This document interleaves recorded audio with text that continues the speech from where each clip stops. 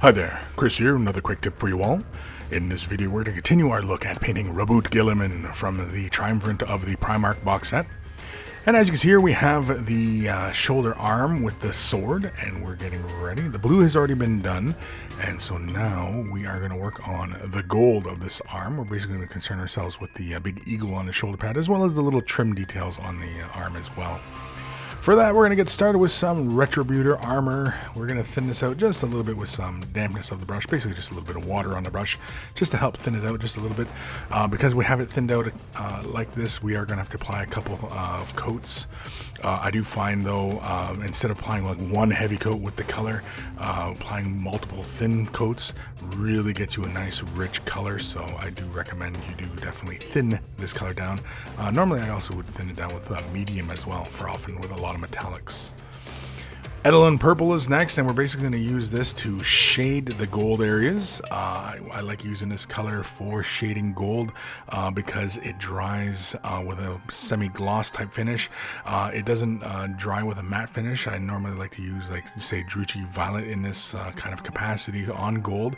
I do like using purplish colors to give me the kind of aged kind of gold quality on areas like this. And you can see here we're simply just concentrating on the lines between the feathers, as well as like any kind of shadow points, so any kind of deep areas underneath, you know, like the wings and underneath the beaks, and you know, all those little areas like that, basically anywhere where shadows would fall, of course.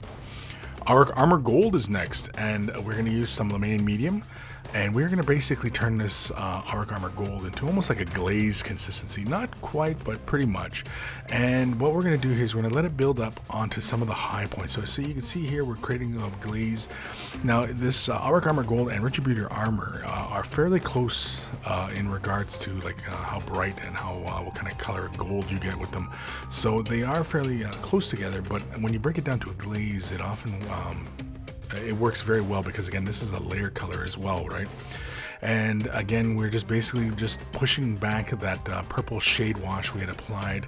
We're also building up some of the highlights, and so you can see here as the arm kind of moves through the light, you can see we're getting a lot of that gold, nice lustrous gold quality back into the armor, but remaining with that purple shade. And again, as I mentioned before, the purple just works really well with gold, giving you that antique kind of gold kind of look. Next is Citrine Alchemy from Scale 75. This is a fantastic color for finishing off a nice yellowy gold. We're going to dry brush this on very, very lightly. You can see here we're just going to capture just basically the tops of the eagles and the tip of the wings, and then of course at the bottom of the feathers. We're also going to try and go with an upward brush stroke just to catch the bit of the breast of the eagle, as well as getting some of those feather edges as well. This is a very, very minimal dry brush. If you could edge it accurately and you know, get it done without kind of going blind kind of thing, you probably want to give that a try. But again, as I mentioned, with dry brushing, you know, applying it as a dry brush, it goes by a lot quicker, and it gets those details, it gets those little edges very nicely, and really is a fantastic way to achieve that effect. And then of course here I'm taking with a fine detail brush and just applying some fine little highlights of this Citrine Alchemy.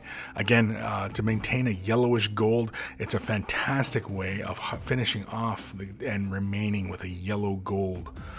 But that is it. That's the gold of the shoulder pad, as you can see. And so in the next video, we are going to finish off this arm, as well as work with an alternative gold for like the sword handle, as well as the little Crux Terminatus icons in the shoulder pad. We've got even more painting tutorials in the Silver MiniWarGaming Vault. You can watch another one today about how I finish off the arm here with the sword handle. Just click on the link below and sign up for a free 7-day trial. Make sure that you sign up for the Silver membership, and that way you'll get instant access to over 1,000 painting tutorials already in our vault. And so thank you for watching, and happy wargaming.